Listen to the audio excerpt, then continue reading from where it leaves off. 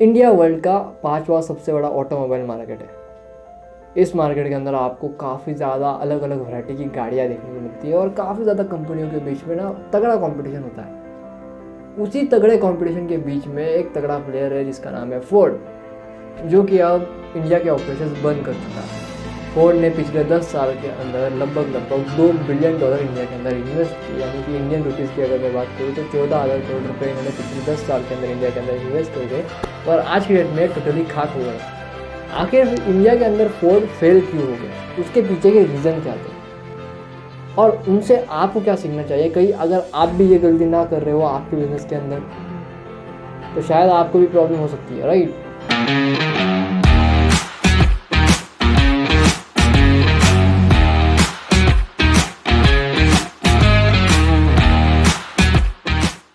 सबसे पहला आता है वो है भैया वेस्टर्न अप्रोच।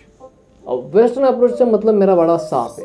फोर्ड को ऐसा लगता था कि भैया जो गाड़ियाँ अमेरिका, यूरोप मार्केट के अंदर, यूके के मार्केट के अंदर काफ़ी अच्छे से बिक रही है, वहाँ पे वो जिस हिसाब से फोर्ड गाड़ियाँ बना रहा है उसी हिसाब से गाड़ियाँ इंडिया के मार्केट में भी चलेगी। ये जो सोच है कि भैया वेस्टर्न का बिजनेस मॉडल इंडिया के अंदर चलेगा, तो ये कम्प्लीटली गलत सोच है। बहुत सारी कंपनियाँ इस चक्कर में फेल हो चुकी है। फोर्ड के सामने ही एक कंपनी है शाओलेट, जो कि इसी अप्रोच के साथ आई थी और कम्प्लीटली फेल्ड हो गई। तो आपको अगर इंडिया में सक्सेसफुल होना है तो आपको इंडिया के हिसाब से गाड़ियाँ बनानी पड़ेगी। तो इनके फेल होने का सबसे पहला रीज़न ये था कि भैया वेस्टर्न अप्रोच। सेकेंड रीज़न ये है कि लैक ऑफ मार्केट रिसर्च।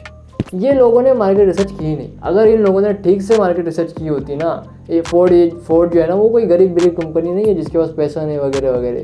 ये काफ़ी घमंडी कंपनी है और अंधाधुंध पैसा है इनके पास। अगर ये इन्होंने मार्केट रिसर्च के ऊपर जो है वो अगर तगड़ी मेहनत की होती ना तो आज इनका ये हाल नहीं होता, इनके इतना पैसा जो है वो नुकसान नहीं होता।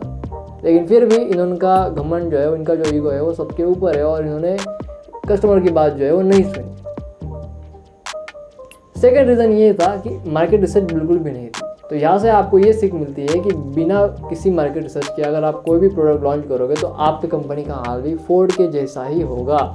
ये दिखाता है कि मार्केट रिसर्च कितनी ज़रूरी होती है एक बिजनेस के लिए। तीसरा आता है वो है भैया HR स्ट्रेटेजीज। अब HR स्ट्रेटेजीज का मतलब बड़ा सिंपल है। ये क्या करते हैं, जितने भी डिसीजन मेकिंग वाले यूनिट्स होते हैं या फिर जितने भी डिसीजन मेकिंग वाले ऑफिसर होते हैं, ये उनको बाहर के लाते हैं और इंडिया में रखते हैं, यानी कि एक एक्सपर्ट टीचर होते हैं। अब एक्सपर्ट टीचर का मतलब क्या होता है, वो एम्प्लॉय जो इंडिया के एक्चुअल में नहीं होते, लोकल मार्केट के नहीं होते हैं, वो होते हैं अमेरिका के, यूके के या फिर जापान वगैरह के। और वहाँ से ये लोग इंडिया में आते हैं और इंडिया के लिए गाड़ी बनाते हैं। और फिर जब महिंद्रा इनको सजेशन देता है कि भैया आप जो है वो ऐसी गाड़ियाँ मत बनाओ, ये नहीं चलेगी, आप एक काम करो इंडिया के रोड के हिसाब से गाड़ियाँ बनाओ, इंडिया के कस्टमर के हिसाब से गाड़ियाँ बनाओ, तब ये महिंद्रा को ऐसा जवाब देते हैं, हम मालूम है तेरे बाप को मत सिखा, चल। घमंडी बना बैड मार्केट एंट्री। अब बैड मार्केट एंट्री से मेरा मतलब क्या है कि देखो, जो इंडिया का जो मार्केट है ना वो काफ़ी कॉम्प्लिकेटेड मार्केट है। ज़रूरी नहीं है कि वेस्ट में जो चीज़ें है और वेस्ट में जो बड़ी बड़ी गाड़ियाँ बिकती है वो इंडिया में अंदर भी बिके। इंडिया का जो कस्टमर है ना वो छोटी गाड़ी, कॉम्पैक्ट गाड़ी खरीदना ज़्यादा बेटर समझता है। मारुति सुजुकी भी जब इंडिया में आई थी तब उन्होंने शुरुआत अल्टो से की थी। यहाँ तक कि जब Hyundai, जो कि second largest passenger vehicle company है इंडिया की, वो भी जब इंडिया में आई थी तो उसने अपनी शुरुआत सेंट्रो से की थी, जो काफ़ी एक सक्सेसफुल कार थी। लेकिन भैया इनको बनानी थी स्कॉट, जो कि कंप्लीट फेलियर थी। लेकिन इनको क्या लगा कि भैया कस्टमर जो है वो ले लेगा। अरे कैसे ले लेगा? फिर इनको लेट समझ में आया कि भैया जो इंडिया का मार्केट है ना, छोटी गाड़ी लेना काफ़ी पसंद करता है। फिर उन्होंने गाड़ी निकाली एस्पायर और फीगो जैसी, जो ऐसी गाड़ियाँ है, हाँ, बिल्ड क्वालिटी, सेफ्टी, कंफर्टेबिलिटी के मामले में गाड़ियाँ अच्छी है, लेकिन इनके लुक्स ऐसे है कि भैया कोई इनको देख के खरीदना नहीं चाहता। तो एक बैड पोर्टफोलियो इन्होंने फॉलो किया है।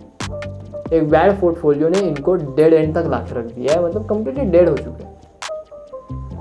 फिफ्थ नंबर का जो रीज़न है वो है भैया not focusing on particular objection, right. मतलब कि ये एक पर्टिकुलर चीज़ के ऊपर फोकस नहीं थे। फिफ्थ जो रीज़न है वो है भैया ये कभी भी फोकस नहीं थे। ये जब इंडिया में आए तो ये कहते थे कि भैया हम इंडिया के अंदर गाड़ियाँ भी मैन्युफैक्चर करेंगे और जो है वो इंडिया के बाहर भी एक्सपोर्ट करेंगे। अब मैन्युफैक्चर तो ठीक से करने वाले थे, एक्सपोर्ट क्या करेंगे? गाड़ी तो यहाँ पे ठीक से इनकी बिकती भी नहीं है। तो 6 नंबर का रीज़न है वो है भैया डीलर रिलेशनशिप। ये अपने डीलर्स के साथ बिल्कुल भी रिलेशनशिप ठीक से नहीं बना पा रहे हैं। अब ऐसा इसलिए हो रहा है क्योंकि भैया भंगार गाड़ियाँ बनाते हैं और जब भंगार गाड़ियाँ बनाते हैं तो वो गाड़ियाँ बिकती नहीं है। हर महीने एक डीलर के पास 20 से 30 गाड़ियाँ बिकती है। अगर हर महीने 20 से 30 गाड़ियाँ बिकेगी तो वो कैसे, मतलब कि वो सस्टेन ही नहीं कर पाएगा वो डीलर। उसके पास सिर्फ 3 ऑप्शन बचते हैं। पहला ऑप्शन कि वो थोड़ा और पैसा डाले और किसी और कंपनी की डीलरशिप ले, जैसे कि सुजुकी वगैरह, जिसकी तो गाड़ियाँ हर महीने लाखों में सेल होती है इसकी गाड़ियों की। उसके पास काफ़ी अच्छा ऑप्शन है। उसके बाद उसका दूसरा ऑप्शन है कि भैया वो अपना सब कुछ बंद कर दे और बैठ जाए। और तीसरा ऑप्शन है कि वो कंगाल हो जाए, वो अड़ा रहे वहीं पे, क्योंकि उसके पास क्या बचा है? कुछ नहीं बचा, उसके पास सस्टेनेबिलिटी नहीं बचती। अब इस प्रॉब्लम को ये सॉल्व करने के लिए कंपनसेशन वगैरह देते हैं, बट उससे भी काम नहीं बनता है। इसकी वजह से इनके डीलर नेटवर्क के अंदर भी प्रॉब्लम हो रही है, डीलर्स इनको छोड़ के जा रहे हैं। तो ये कुछ लॉजिकल रीजंस थे जो फोर्ड के इंडिया ऑपरेशन शट होने के पीछे के थे। यानी कि इन्हीं 5 रीज़न की वजह से, इन्हीं नहीं कहता, और भी कई सारे हो सकता है वो मेरे नज़र में नहीं आ रहे, बट जितने मेरे नज़र में आए उतने मैंने आपको बताए। तो इन्हीं 5 रीज़न की वजह से जो फोर्ड है ना वो इंडिया के अंदर फेल हो गए। आशा करता हूँ कि आपको वीडियो पसंद आई होगी और आप चैनल को सब्सक्राइब कर देंगे, लाइक भी कर देंगे और अपने दोस्तों से शेयर भी कर देंगे। मैं मिलता हूँ आपसे नेक्स्ट वीडियो में, तब तक के लिए।